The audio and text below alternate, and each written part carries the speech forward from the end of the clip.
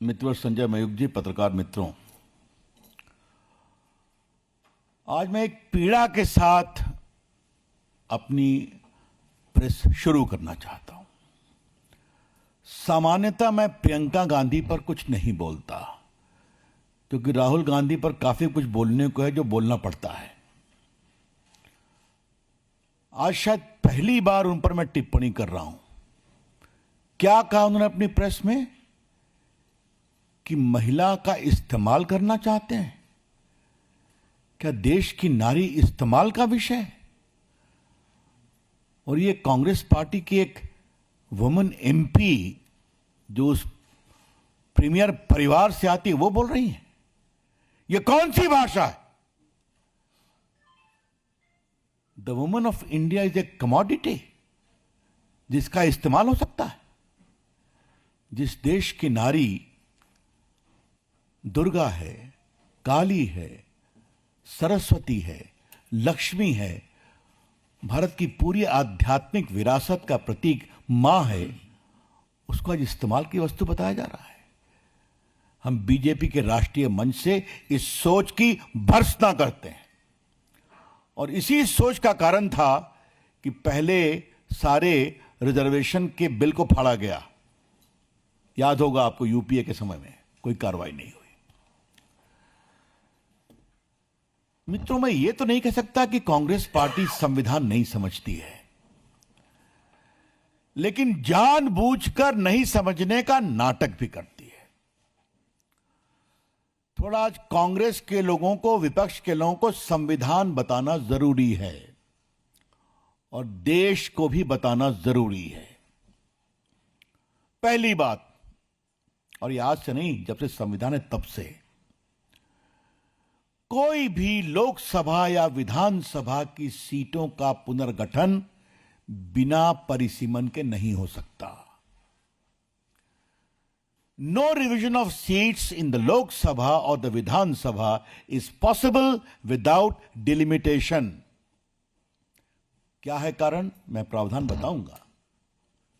क्योंकि डिलिमिटेशन होता है पॉपुलेशन के बिना पर। पॉपुलेशन तय करता है किसको कितनी सीट मिलेगी, लेकिन उसकी संस्था क्या होगी, वो डिलिमिटेशन कमीशन होगा।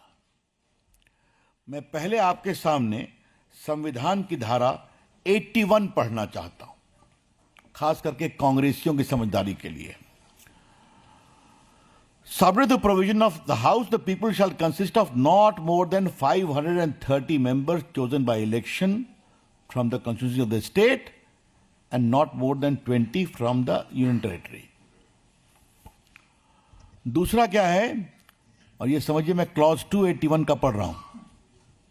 81 clause 2, there shall be allotted to each state a number of seats in the House of the People in such manner that the ratio between the number and the population of the state is the same as far as possible. और दूसरा क्या है, the state shall be divided into territorial constituency and so on and so forth. तो population की बिना पर seat होगी, और ये कैसे होगा, इसका सबसे इंपॉर्टेंट चीज आप जान लीजिए। क्लॉज 3 पढ़िए। In this article, the expression population means the population as ascertained in the last preceding census of which the relevant figures are available. Population कौन होगा? जो पिछले सेंसस का फिगर अवेलेबल हो। अब आता है readjustment after each census, article 82. Upon the completion of each census, the allocation of seat in the House of the People and the state into territory shall be readjusted by such authority and in such manner as the parliament may by determine. ये authority है delimitation commission, जो adjust करती है।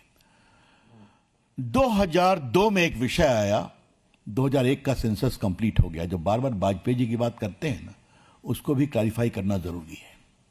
उस समय एक बहुत आशंका प्रकट की गई कि पॉपुलेशन पर करेंगे 2001 में तो दक्षिण भारत के तो स्टेट्स का पॉपुलेशन कम हो गया है, क्योंकि वहां परिवार नियोजन काफी हुआ है, तो हम तो सफर कर जाएंगे।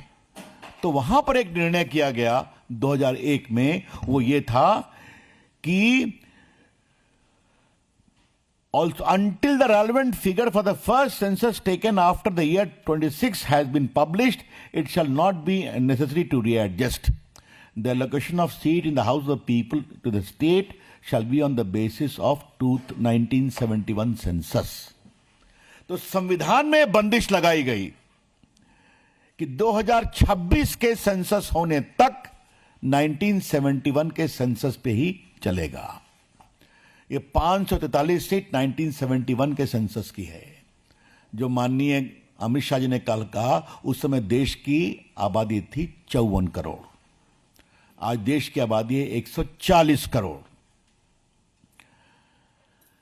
जैसा बताया माननीय स्मृति जी ने, वो कहती है हम डिलिमिटेशन कमीशन को नहीं मानते हैं। तो क्या मानते हैं आप?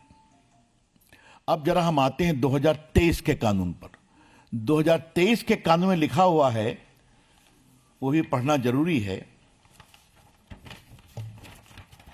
Article 334, notwithstanding anything in the foregoing provision so and so, the provision of the Constitution relating to reservation of seats for women in the House of the People and of the Assembly shall be come into effect after an exercise of delimitation is undertaken for the purpose of after relevant figure for the first time is taken after the commencement of the Constitution Amendment.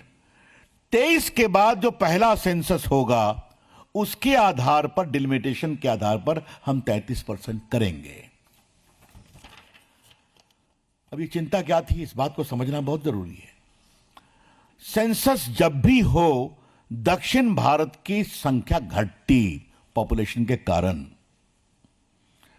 कल अमित शाह जी ने क्या बताया? जो नया संशोधन आया है उसमें सीधा क्या कहा गया है, 543 के बदले अब सीट्स की संख्या हो जाएगी 815।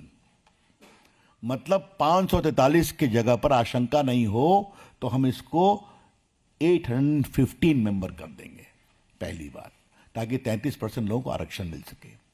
दूसरी बात, इसके स्टेटमेंट ऑफ ऑब्जेक्ट को आप देखिए तो इसमें साफ लिखा हुआ है कि चूंकि सेंसस करने में बहुत समय लगता, नया सेंसस करने में, फिर डिलिमिटेशन होने में, तो इस कारण से और विलंब होता, देश की नारी शक्ति का उचित रिप्रेजेंटेशन हो, इसलिए हम लास्ट पब्लिश सेंसस 2011 का है, उसके बिना पर हम डिलिमिटेशन कराएंगे।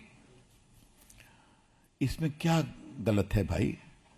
कांग्रेस के मित्रों, थोड़ा मैं आपको ज्ञान दे दूं, बिना डिलिमिटेशन के रीएडजस्टमेंट नहीं होगा।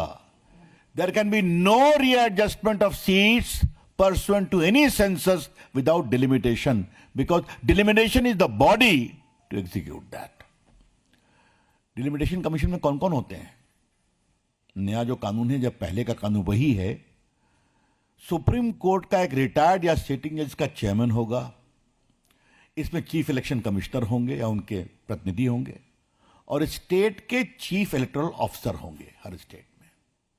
इसमें 5 लोकसभा के मेंबर और 5 विधानसभा के मेंबर होंगे, जिनको दोनों के स्पीकर तय करेंगे, और वो एसोसिएट मेंबर होंगे जिनको वोट देने का अधिकार नहीं होगा और जिनको साइन करने का भी अधिकार नहीं होगा।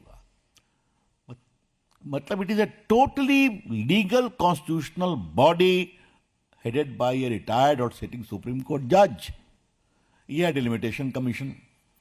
प्रियंका जी, राहुल जी से सवाल पूछना उचित है, समझदारी उन पर क्या है मुझे पता नहीं है, लेकिन मुझे यह बताइए आप कि आज तक कोई भी सेंसस का रीएडजस्टमेंट बिना डिलिमिटेशन कमीशन का हुआ है क्या? तो ये कौन सा तर्क दे रहे हैं आप कि हम डिलिमिटेशन के बिना करना चाहते हैं? अनकॉन्स्टिट्यूशनल, शेमफुल, कॉन्स्टिट्यूशनली इलिटरेट, या फिर जानबूझकर विरोध करने के लिए विरोध। एक और बात जाननी बहुत जरूरी है, और यह मैं दक्षिण भारत के लोगों को सावधान करना चाहता हूं। कांग्रेस पार्टी का यह तर्क जो है कि 543 में ही 33% कर दीजिए, तो पॉपुलेशन तो उनकी कम है उत्तर भारत की तुलना में, तो 543 में अगर पॉपुलेशन के बिना पर रीएडजस्टमेंट होगा तो उनकी सीटें कम हो जाएंगी। क्या तमिलनाडु की सीटें, क्या कर्नाटका की सीटें, क्या केरला की सीटें, क्या आंध्रा की सीटें, क्या तेलंगाना की सीटें? ये तो बहुत बेसिक समझदारी है। माननीय अमित शाह जी ने क्या कहा? सबको इतनी इतनी सीटें मिलेंगी, जिसको आप जानते हैं, मुझे दोबारा बताने की जरूरत नहीं है। तो जो पूरा सेंसस का एक्सरसाइज इक्विटेबल है, समरूप है, समावेशी है, उस पर इन लोगों ने बात की है। और बहुत पीड़ा की बात है कि दक्षिण भारत के लोग भी इस झांसे में आए हैं या सच्चाई समझना नहीं चाहते। जैसा बताया गया स्मृति जी के द्वारा, we are committed to women empowerment. और ये हमने सिर्फ कहा नहीं है, करके दिखाया है, जो गवर्नेंस के मॉडल को बताया। आज हमारी बेटियां राफेल की भी पायलट हैं। आज हमारी बेटियां, जो पूरा मंगलयान गया था, उसमें majority of the scientist were women. आज हमारे सेना में कमांड करने का अधिकार मोदी जी की सरकार ने महिलाओं को दिया है। और बाकी तो आपने देखा ही है, ये ड्रोन दीदी, और मेरे बिहार में तो हमारी आजीविका दीदी ने कमाल कर दिया है। ये जमीन पर बदलाव हुआ है, ये आपसे हम